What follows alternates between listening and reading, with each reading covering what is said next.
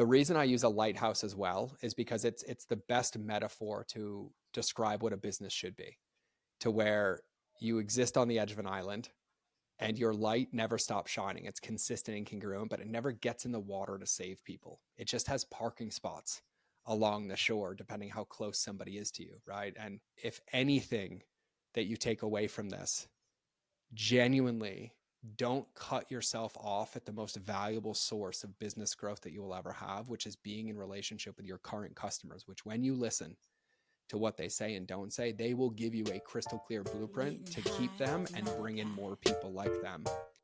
I'm about to blow. I'm Tupac with the nouns and Biggie with the flow.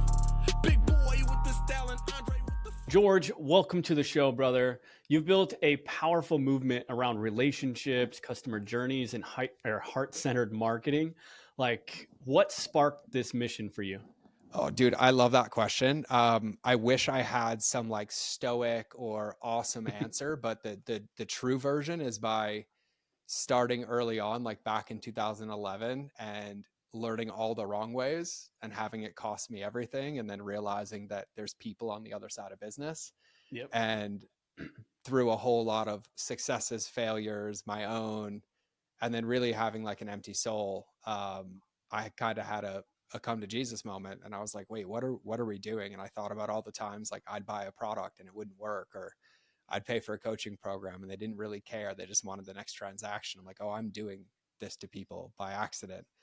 And it kind of shifted my mindset. And I took 3 years and got off the internet, and I just like stayed off the internet, and I went behind the scenes of all these companies, and I just started applying like care and intention and caring about people's results to all these businesses. And then every single one of them that I touched became like the Midas touch. They tripled their lifetime value. They scaled to massive numbers in billion and $100 million plus companies. And the way that I like to teach it now is I always ask people, I'm like, do you have a grandmother that you love? And they're like, yeah. And I'm like, would you feel confident if she went through your funnel today? And it tends to be this big, like sobering pill. And I was like, then why is it okay that mine goes through your funnel? Yeah. And so kind of over the years of experience, I got to be behind the scenes of all these companies, like hundreds and hundreds of companies. And I saw that in the chasing of the capitalistic game, or like constantly like next milestone, that they were losing the core heartbeat of what scales a company, which scaling comes from retention and not acquisition. And all this more-itis and noise was getting in the way. And so then I just kind of started applying everything I knew about psychology and relationships and having people feel ways, and understanding that most people who buy our products and services aren't where we are yet.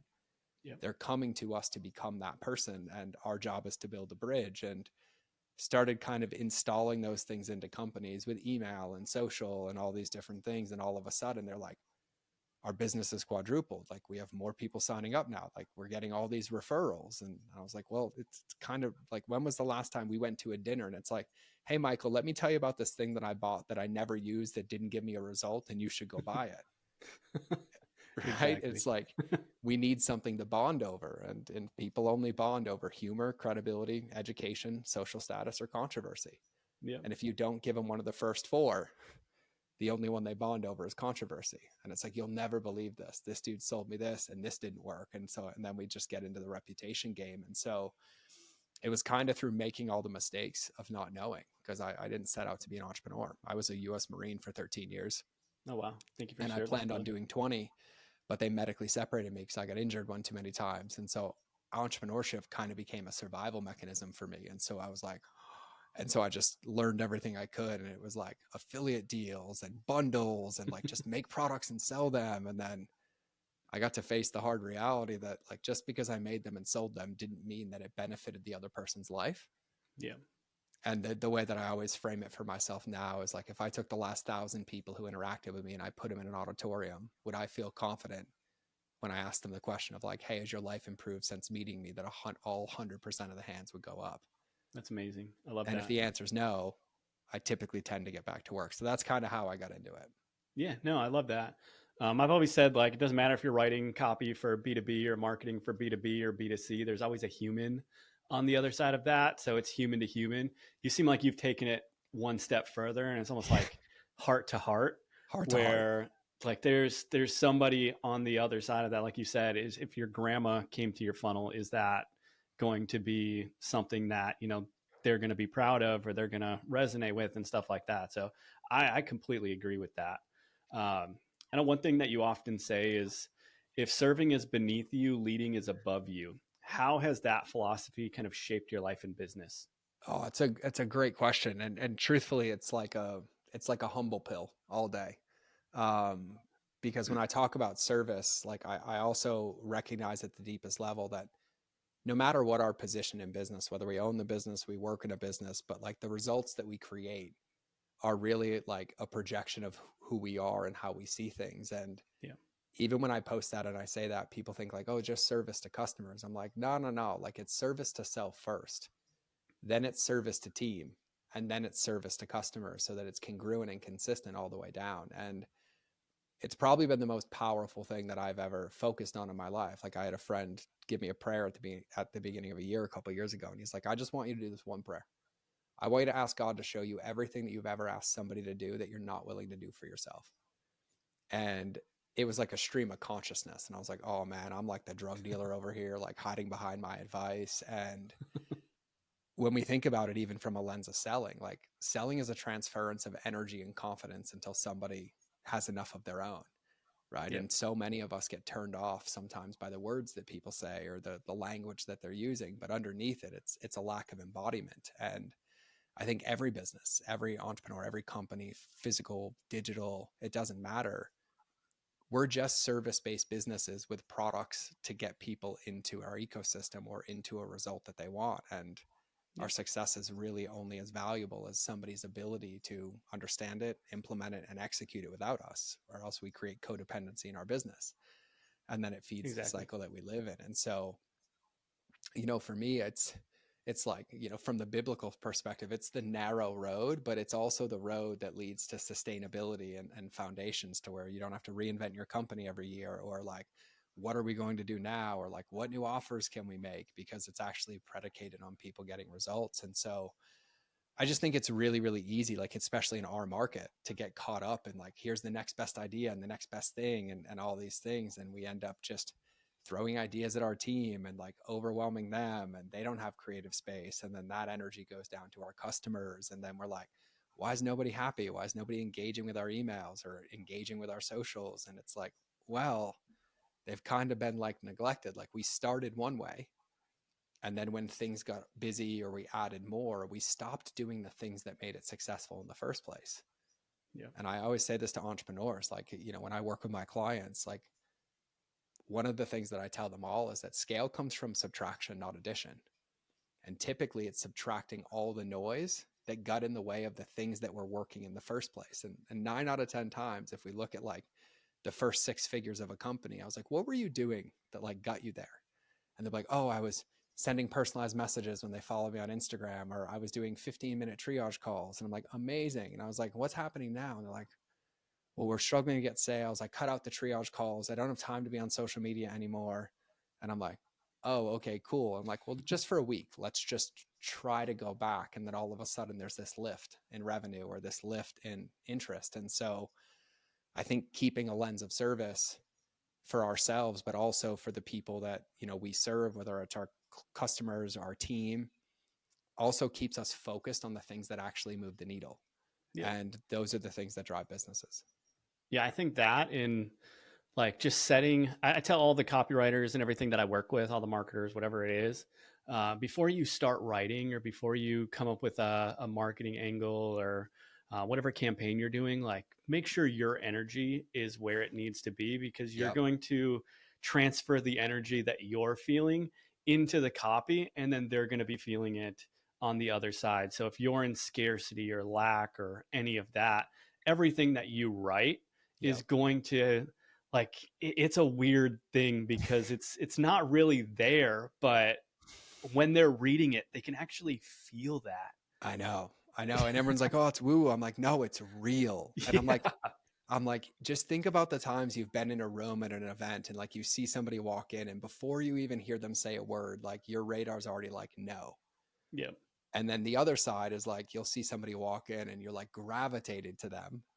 And you're like, Yep. what is it about them, right? And I have the same thing where I'm like, no, I promise you it's not woo woo.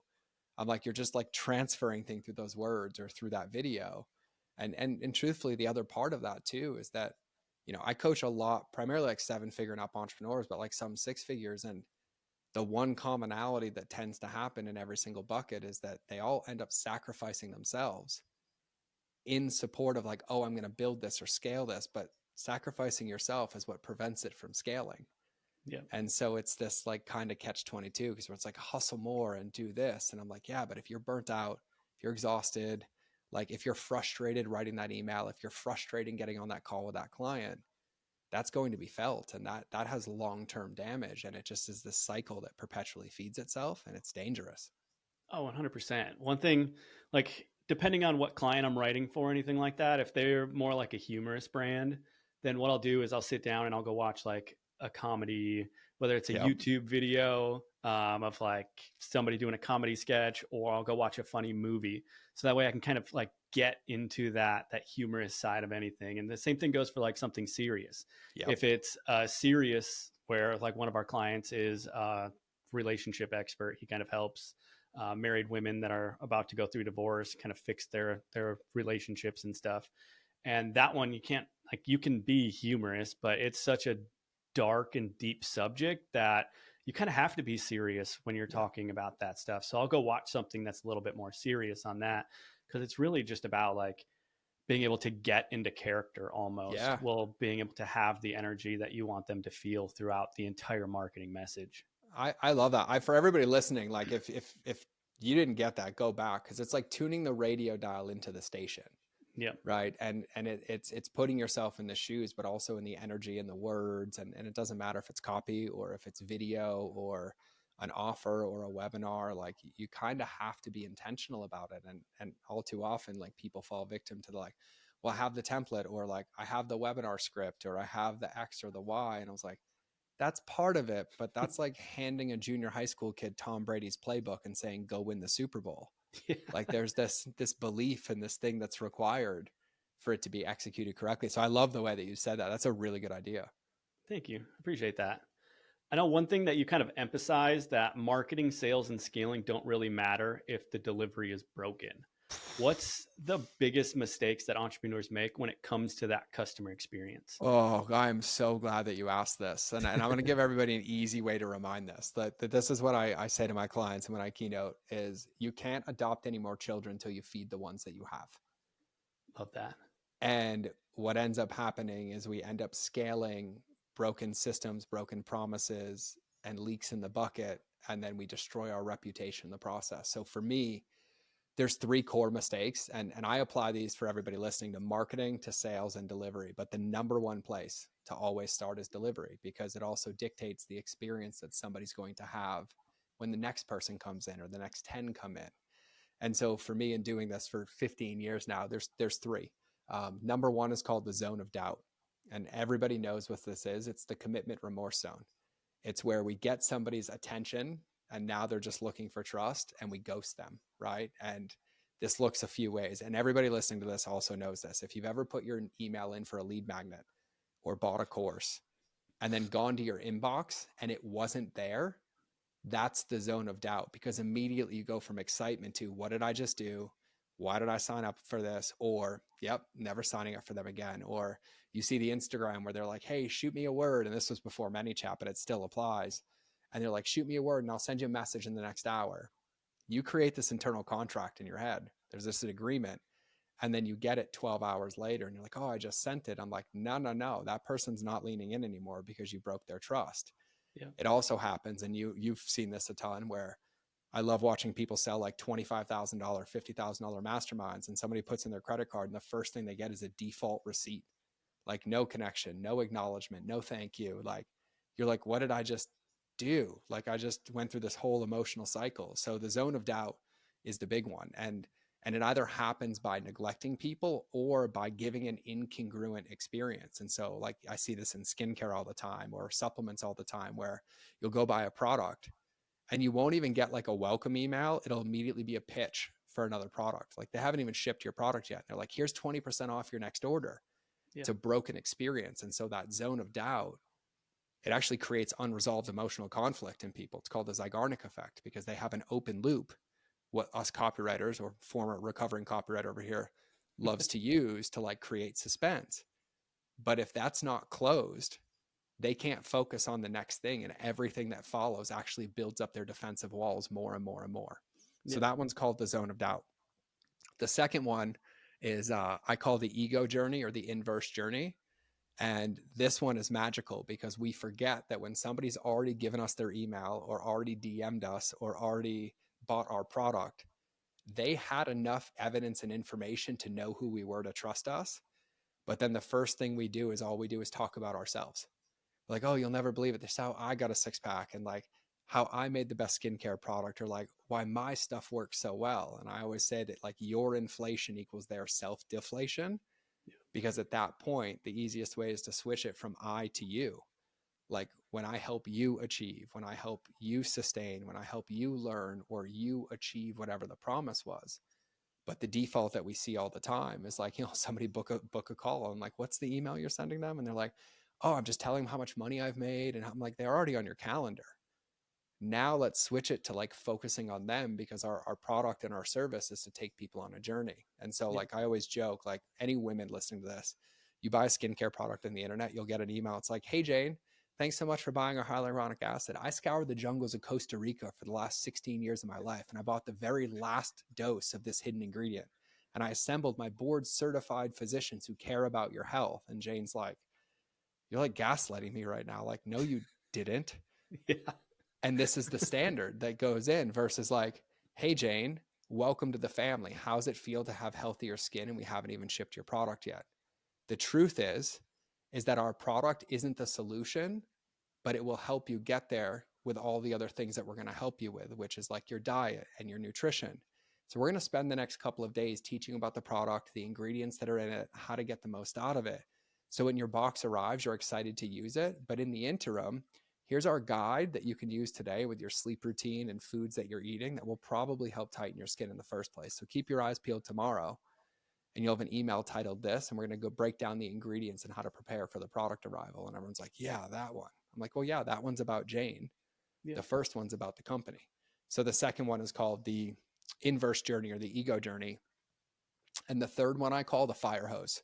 And we all are notorious for this, as well as a fallen victim to this. And you'll never forget this one. It's where you're like, oh, I'm signing up for this program, or I bought this product.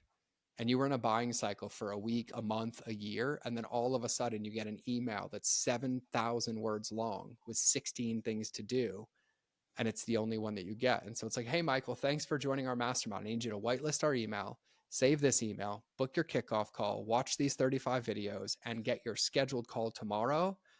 And then you get on the call and they like gaslight you because you didn't get it all done.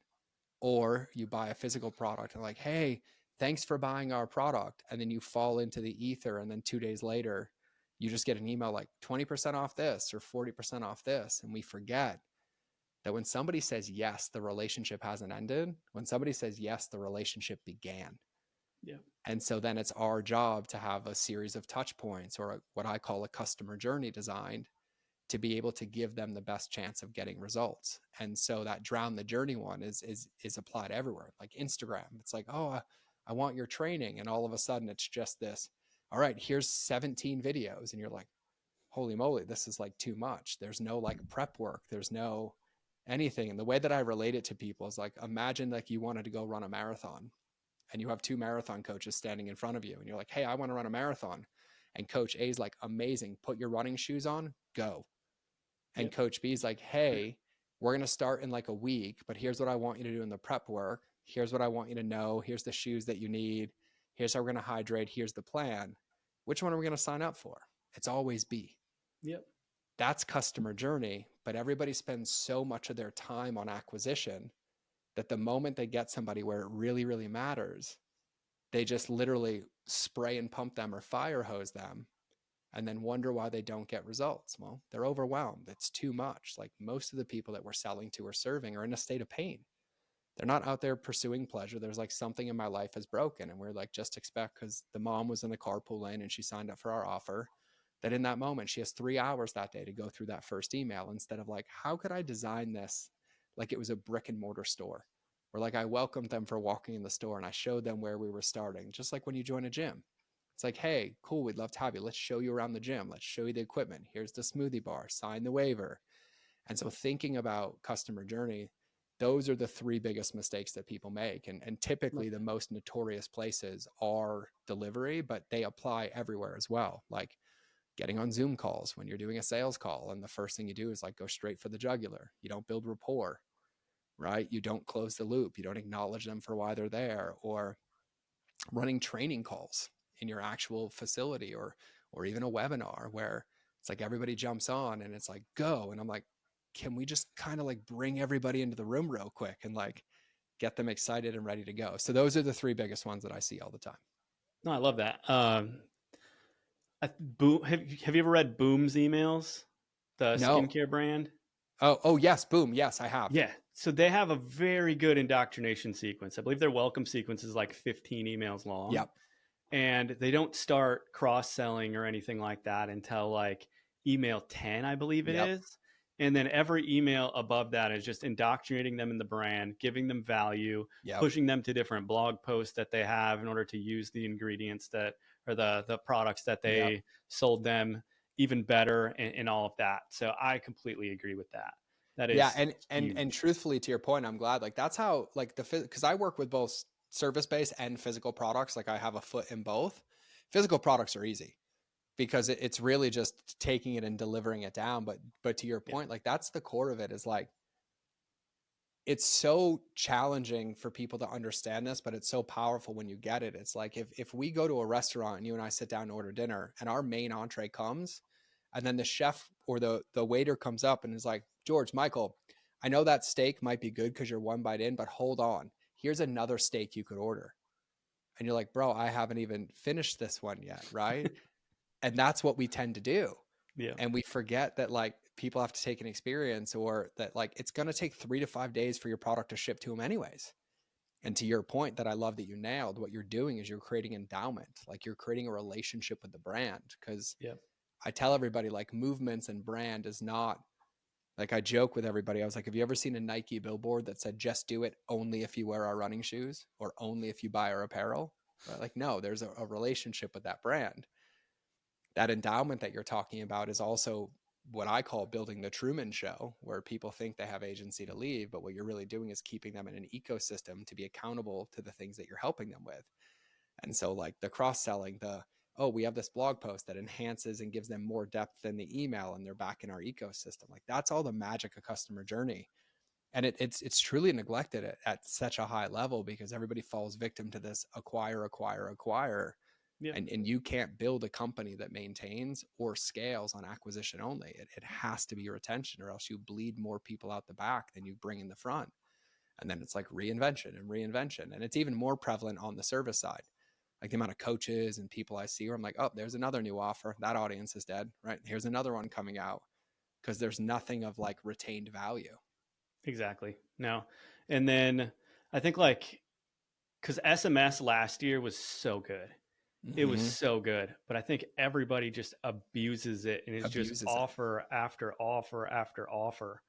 And one thing that we've noticed is we'll actually take like one of the nurturing emails that we sent out, we'll put that on a landing page, and we'll send an SMS with like an open loop and push them back to that landing page to read the email. Yep. Because not only does it get more eyeballs in the emails that we're sending, but we're able to leverage the SMS part of it, get them to open it more often without them having that defense up, Yep. which gets them out of that, like the buyer just defense is just gone, because now they're getting value through SMS. So they're going to be more prone to opening it when we do end up pitching them down the road and stuff like that.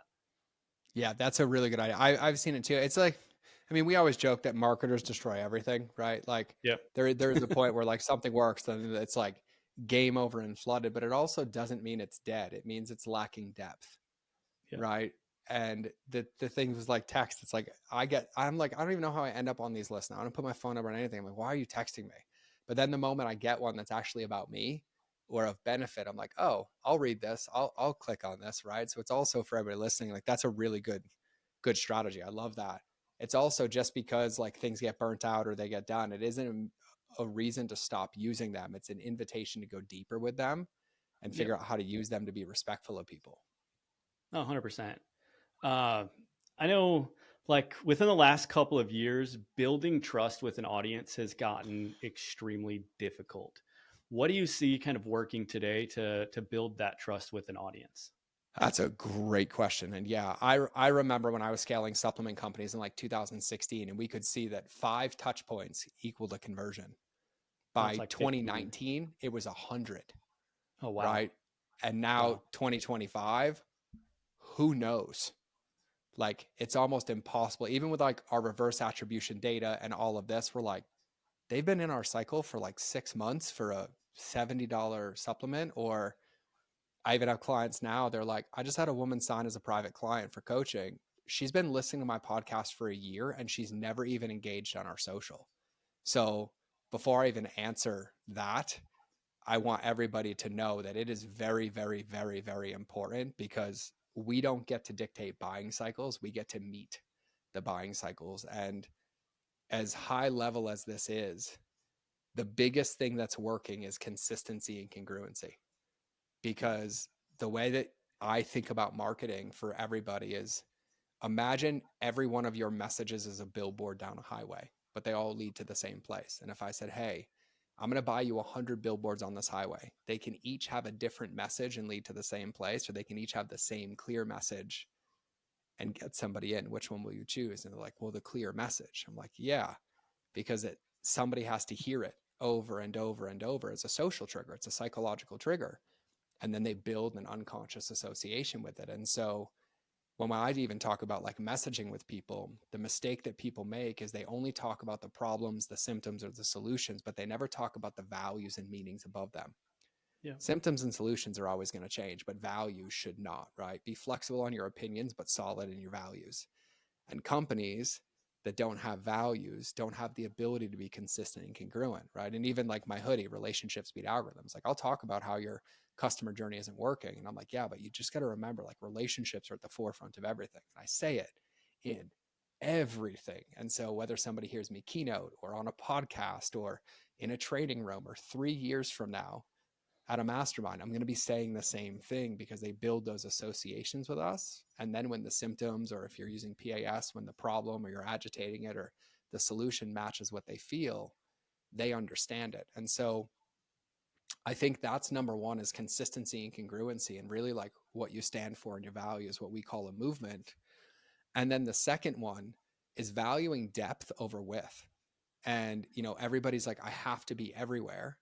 I have to be on TikTok. I have to be on Instagram. I have to be on YouTube Shorts. And we're so overwhelmed with the production that we don't build community in all of them. So when somebody does get trust and they reach out or comment, or they reach out in DM, we don't respond. We don't engage. And we just keep pumping out more content. And as hard as this is to hear, nobody owes you their attention. Like, just because you make a good post, like, I can go make the best podcast ever, but like that doesn't mean I've earned your right to listen to it.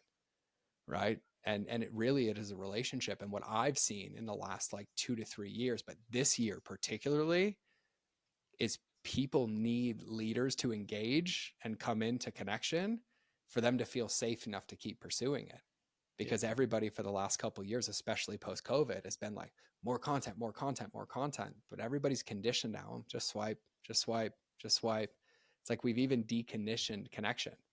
DMs are down and comments are down. And I'm like, yeah, but I remember I helped a massive professional NBA team, and they had the same thing. They had like 2.1 million followers on Instagram, and they were getting like 38 comments a post. And they had a social media team of 16 people. And I was like, I can fix this with one person in a week, and you're not going to like it. And they're like, what? I'm like, yeah, I won't say his name. I'm like, you're going to have to find jobs for these people. And he's like, why? And I was like, well, you posted this thing and you got like 60 comments and nobody responded to any of them. And he's like, yeah. And I'm like, you also had like 17,000 people like it. I'm like, just try this for a week. Respond to every comment. And then everybody who liked it, go leave a comment on their profile of something meaningful under a photo, like authentically, just from the team account. And like 2 weeks later, he called me. He's like, bro, I don't know what to do. We're getting like 2,000 comments a post right now. And I'm like, amazing. you kind of have to initiate relationships sometimes. And so, you know, I don't know how long you've been in the game, but I've been in it for a hot minute. And there was a few seasons where we could just post and Yep. everybody would come, or we would just share and everybody would engage. But now it's like calling everybody up of like, are you going to put your money where your mouth is? Right? Do you want this relationship? And so it requires effort to some degree to just build that trust again. And so I find that consistency and congruency, and then also going deep and being willing to build community, also enhances and speeds up the buyer cycle, right? And, you know, for me, that's when somebody follows me on Instagram as much as I can, I actually send them a message and I say, thank you for following me. Like, there's a lot of people you pay attention to. Like, if I can ever serve and support you, let me know.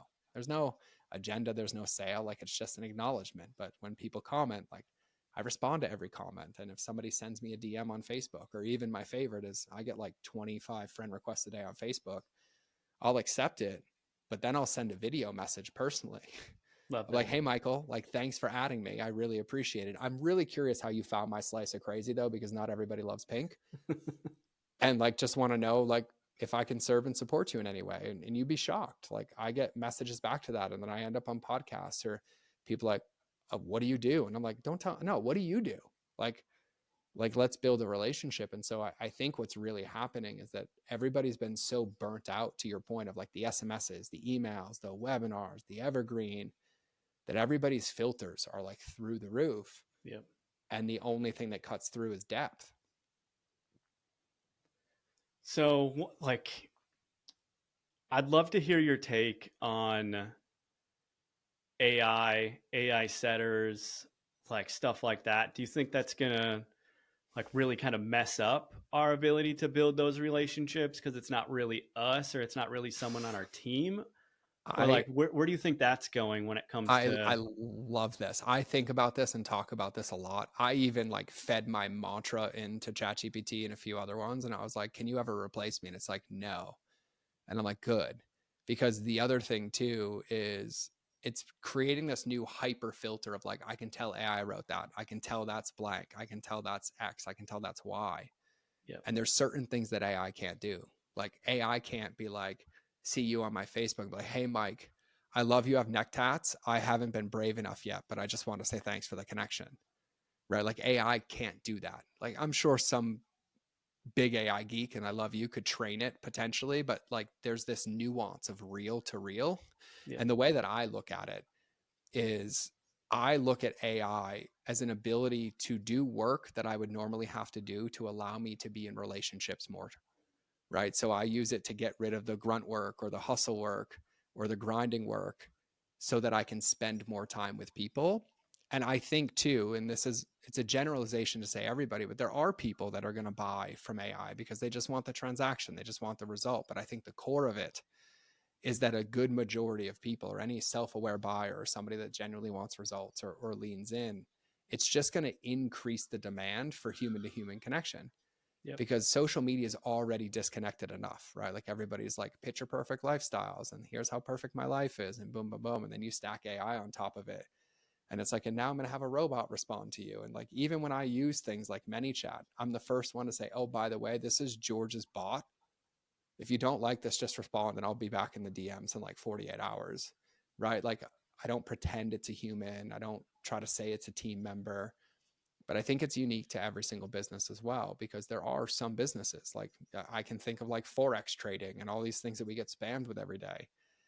Like, they're still doing it because to some degree it works. Like, they're yeah, getting results or they wouldn't keep doing it. And so I think it really depends on kind of your values in business, as well as the values of your ideal client or your ideal audience, right? And there are plenty of industries that I can think of that are pretty transactional, that might benefit or thrive from it, but those don't tend to be the buckets that I live and work in. And when I do get put into those buckets, I tend to add human, and their results skyrocket because they just get this whole other group of people. And so I think for me, I love it. I think it's incredible. It's mind blowing to me that like, it can have I have clients that take all of our coaching calls and they're like, no, I have conversations with you all day now. I just feed it every transcript and it's like I'm talking to you. And they're like, but then I have to call you anyways because it's missing that personal touch, yeah, like that thing that you know about me, that you know about my audience, that like it can't pick up.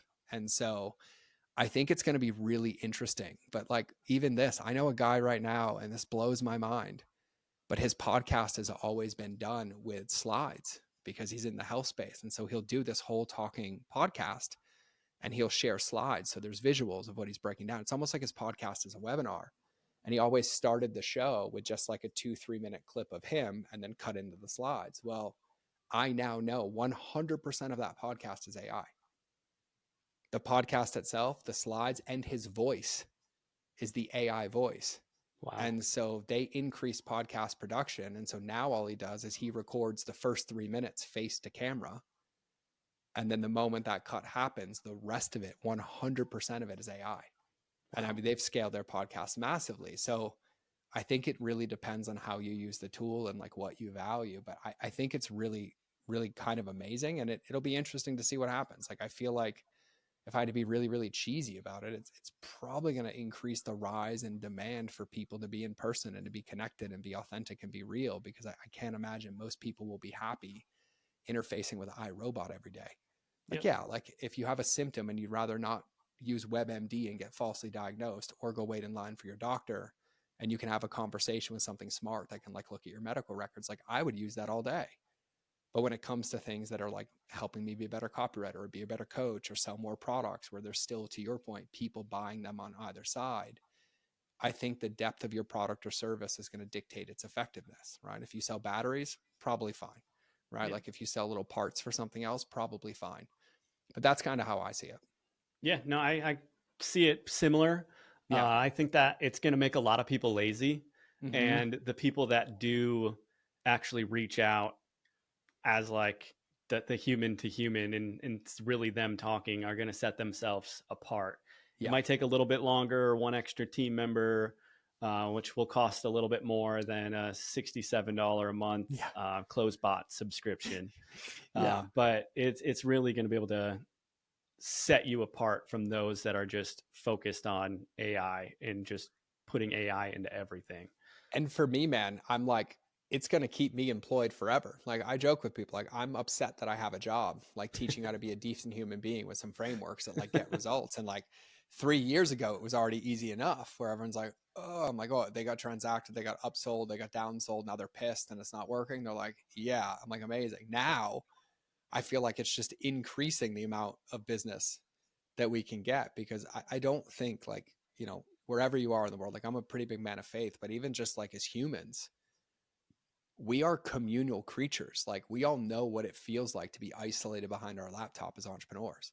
Yep. We all know like the moment we get on a Zoom call to cowork, or we catch up with a friend and we're like, why haven't I done this? Like I've been like self-sacrificing and punishing over here. Or like for me, it's like the moment I get off my desk to just drive to get a cup of coffee, like I feel like a different human because I got out of the grind and like I'm like I see a person. I feel like it's going to be a delineation. It's like that movie Wall-E. Like some people are just going to live in their little chair and have driven around everywhere and get fat and be served. But there's this whole like uprising of people that like crave that human to human connection. And I think it's going to draw a big line in the middle, but it's going to make it easier for anybody who actually cares.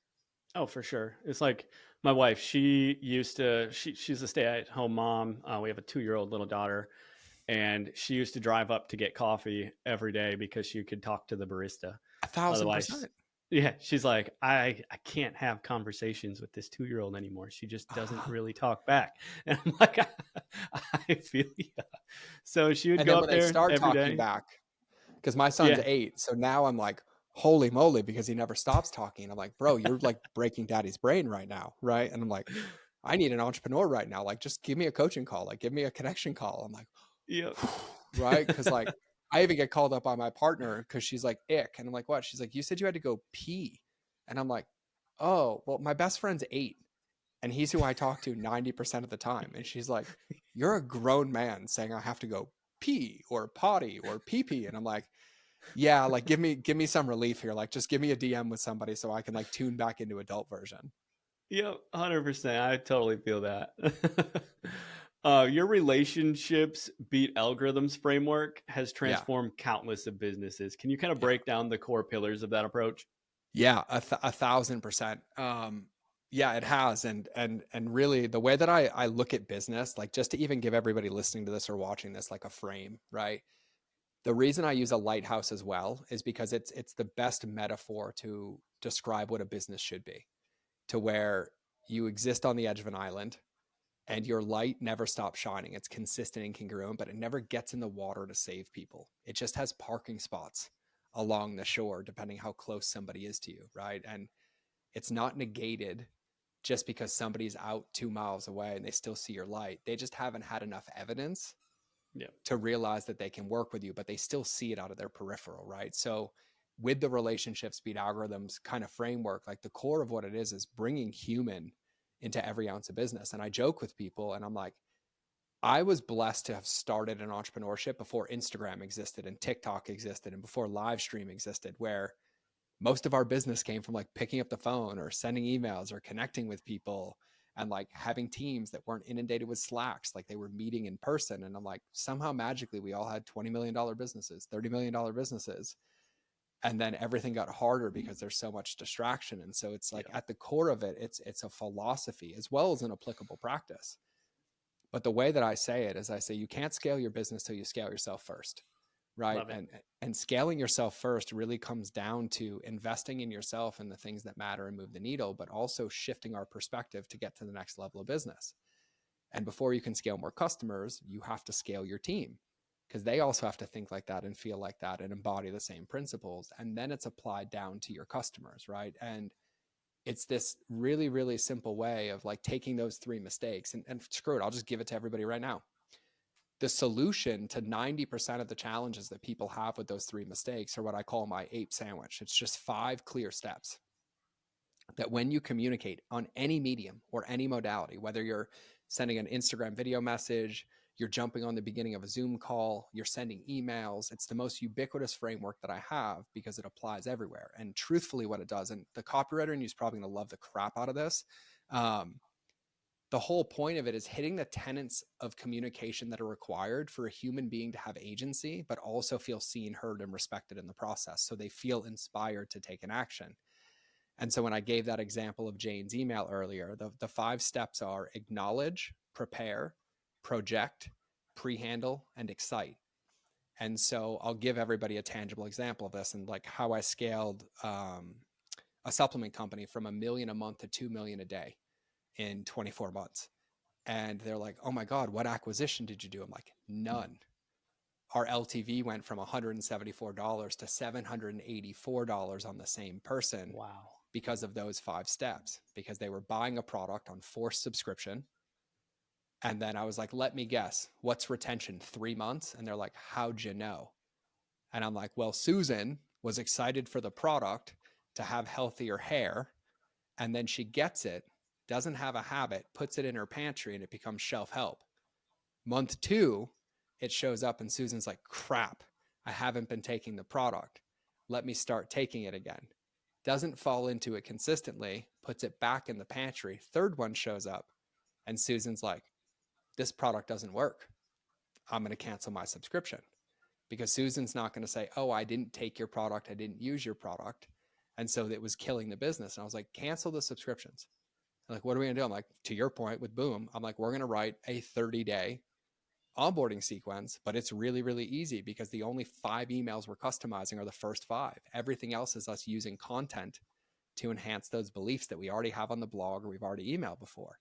So email number 1 is acknowledge, right? I'm acknowledging her for the decision she made.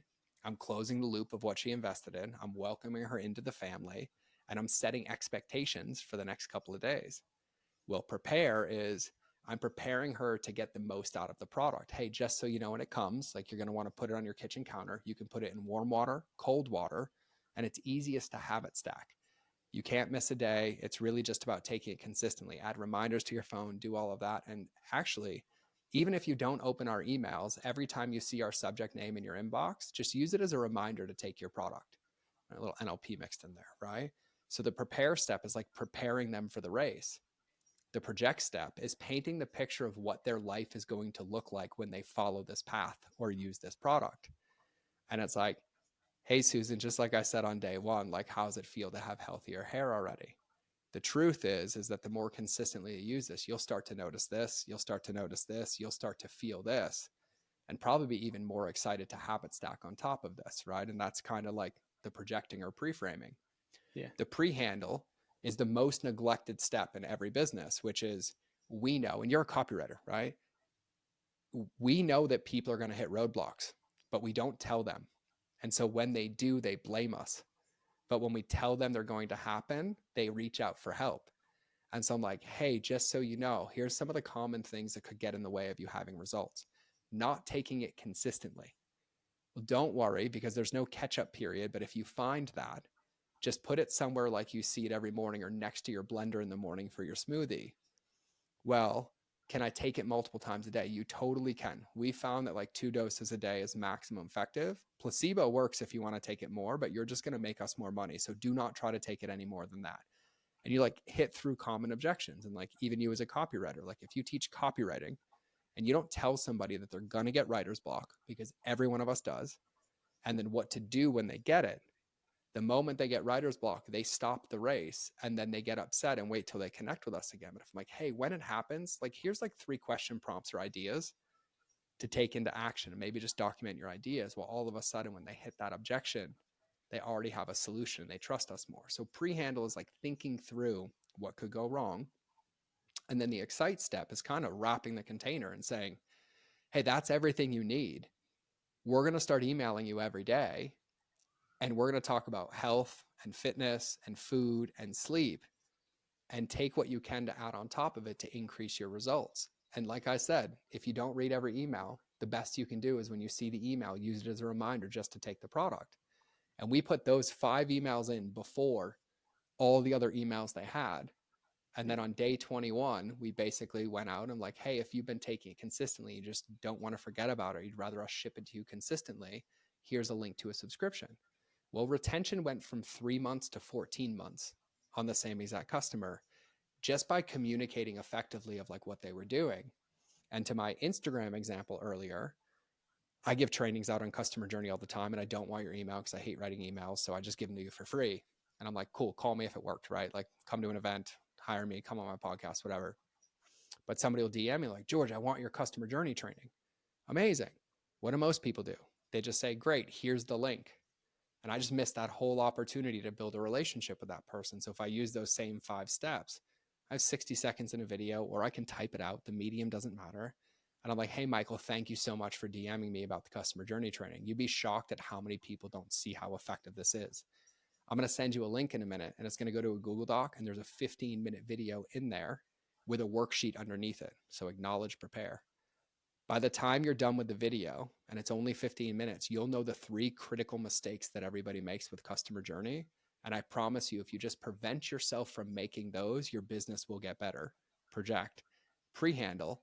And if when you're going through it, if you have any questions, just shoot me a DM on Instagram. I don't care what it is, or if you want it applied to your business, it might take me 2 to 3 days to get back to you, but I will get back to you.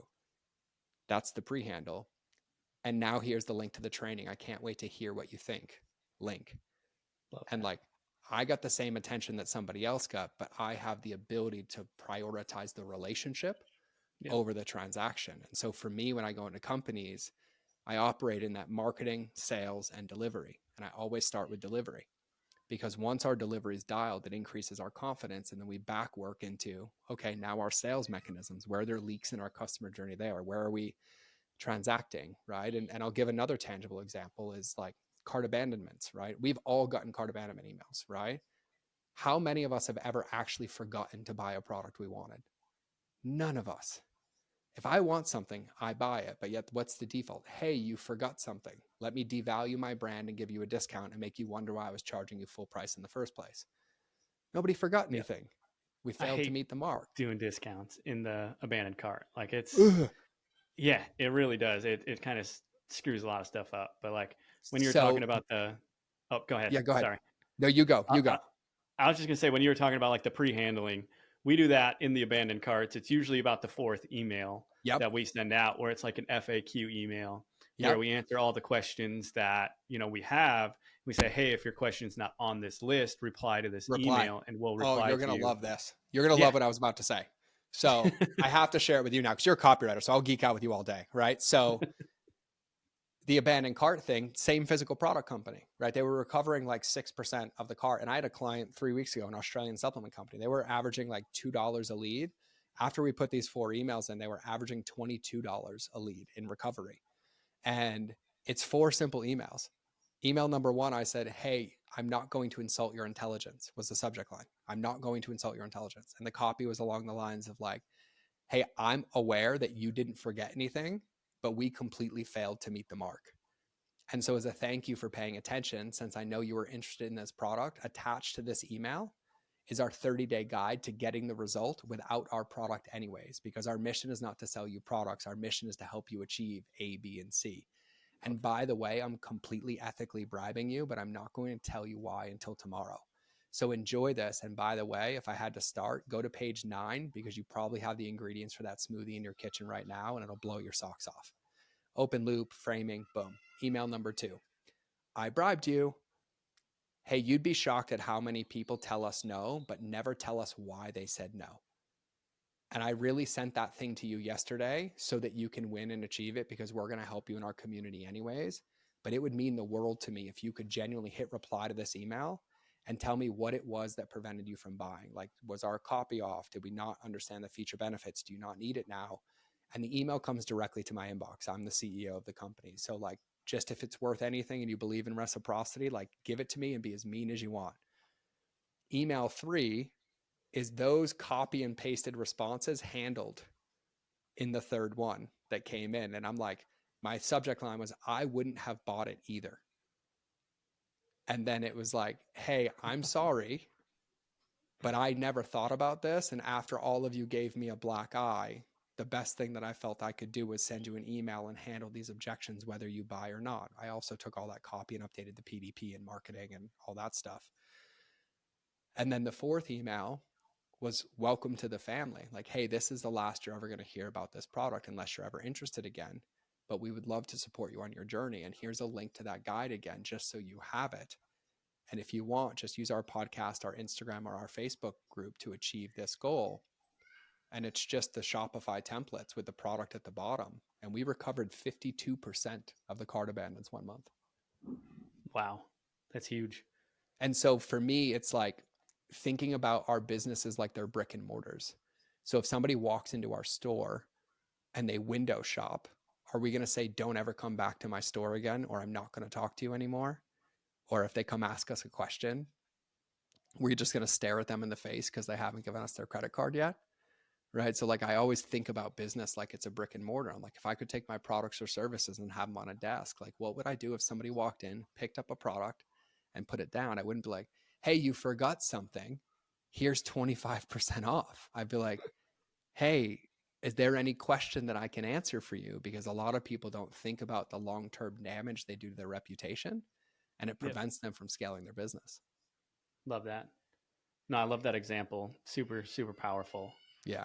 What would you say, like, what legacy are you most focused on building right now for your family, business, and community? It's a great question. And I think about this often in the way, and this will be my shortest answer because I also realize God gave me the gift of gab and I do it a lot. But if you can't tell, I'm really passionate about customer journey and like doing this the right way and helping people scale in alignment.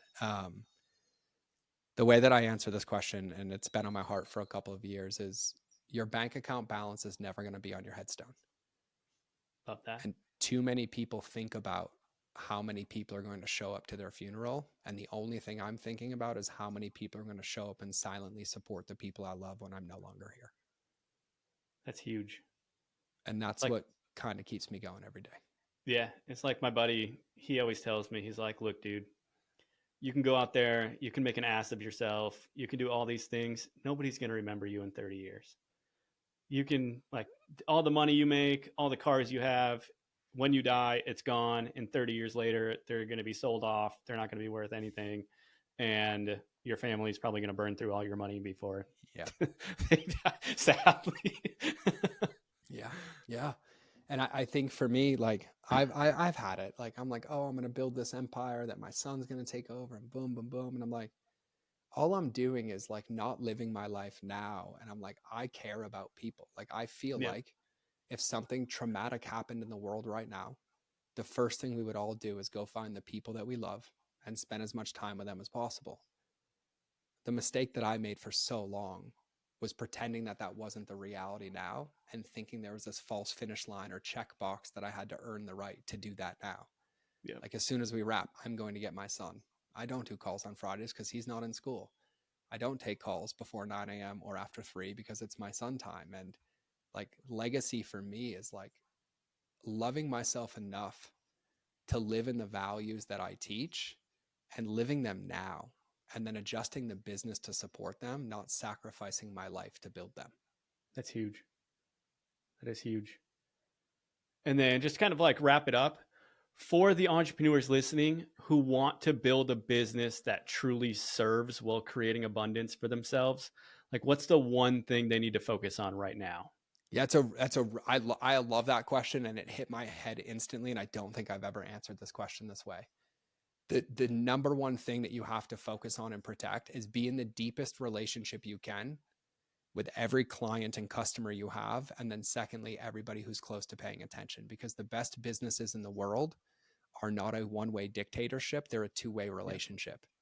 And all too often, especially when you're in that like 5-figure range, you pound your head against your keyboard in silence for 2 months, launch something that nobody wants, and then get frustrated in the process. And the way that I describe this is Kevin Costner lied to you. If you build it, they don't come. Yep. But if you build it with them, they come, and they also stay forever when you make them a part of the process. Yeah, And that's so huge. if anything that you take away from this, genuinely don't cut yourself off at the most valuable source of business growth that you will ever have, which is being in relationship with your current customers, which when you listen to what they say and don't say, they will give you a crystal clear blueprint to keep them and bring in more people like them. And be willing to iterate that feedback, because I will also say this: the feedback is not because you're bad and wrong. It's not because you did something wrong. The feedback is because you made a recipe and someone said, hey, a little too much salt, or I could use some pepper. And just like every chef in the world, you want that feedback so that you can make the best recipe. And it's probably the most neglected place that I see people go, where they'll hide behind content, or I'll just make another program, instead of being willing to refine it with that feedback loop. Yep. 100%. It's like anytime we write something or launch a campaign, we like to get it up quick, and we have it be more of like an MVP, where it's Yep. like the minimum viable product. We get it to market. We let the market tell us whether they like the way we're positioning it or not. Yep. We can do a Yep. lot of research and do all of that and really dial it in. But until somebody actually takes out their credit card, pays for it, and lets us know why they purchased it or why they didn't purchase it, then we don't really know, unless there's like millions of data points that the company Yep. already has that we can pull from. Yep. So yeah, I love that you said that. And the way that I would summarize what you just said as a good place to land the plane is, I say this to every entrepreneur I ever talk to: you have to earn the right to complicate your business. Yep. So like you can complicate it when something's working so well, you're like, oh, I need more. But all too often we preemptively create complexity, which prevents the thing from working in the first place. Yep. And 100%. so like you can move mountains with Google Docs. You can move mountains with scheduled Zoom calls that don't have a website and don't have emails in between them, and just build community. To your point, like it's getting the recipe in the mouths of people and then adjusting it as you go. And then you add to the process as you go. And a lot of the times when you are scaling, like you said in the beginning, you take a lot away. I know one thing that my coach said: he paid Dan Henry like $100,000 to come work with him for 3 days and build out his offer, messaging, all of that. And he asked Dan, he said, Dan, what's the difference between the $25,000 offers you sell and the $100,000 offers you sell? And Dan said, oh, I just remove about 50% of the stuff out of the $100,000 offer, because they're not paying for stuff when it gets to that point. They're paying for the result that I'm going to end up like giving them in the end. Yep. So yeah, I think even earning the complexity, like you still don't want to have it. You don't. Like it's as I always joke with people, like if you've ever read a fortune cookie and you can think of it in this moment and just wish that you listened to it the first time you read it, because like you embody it now, consider the keep it simple stupid like the best business Yeah, lesson that you could ever have. Like it's a game of levers, right? You have marketing, sales, you have delivery. Like nobody really pays for more. They don't want more. Like if I gave somebody the option, like, hey, I'm going to charge you 10 grand and it's going to take me 12 weeks to get you this result, or I'm going to charge you 10 grand, it's going to take me an hour to get this result. Everyone's going to choose the hour. oh, And so we 100%. fall Yep, into the moritis trap. And so like, just remember the fortune cookie, like complexity never scales, simplicity does. for sure. For sure. So for those that are interested in either getting your customer journey course, any like connecting with you, having you help them, Yeah. where's the best places that they can go? Yeah, I love this question. If you want to see the pinkest website you'll ever see, my favorite color is legitimately pink. My website looks like a rainbow unicorn or Care Bear threw up on it. It is mindofgeorge.com. And on there, and for everybody listening, like I have a heart of service. It's how God made me. My podcast has 600 episodes and it's just everything I know basically given away. It's linked on the podcast.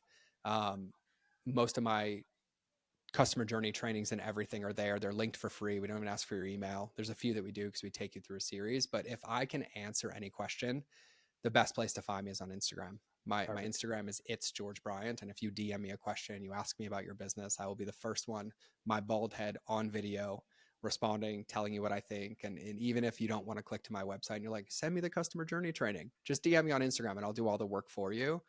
Because I really want to change the conversation when it comes to business. And I believe ethical business and value-based business is the way that people build sustainable businesses. And so the more people that know customer journey and like think about it the right way, the bigger difference they can make for their audience, for their clients, and for themselves. And so I'd love the opportunity to help. Like just come get a cup of coffee. Love it. Thank you, brother. I Yeah, man. appreciate Thank you you. being on here. It's a It's been a blast, dude. dude, it's been a great conversation. Yeah, I loved it. I'm like fired up right now. Love it. See you, brother. Bye.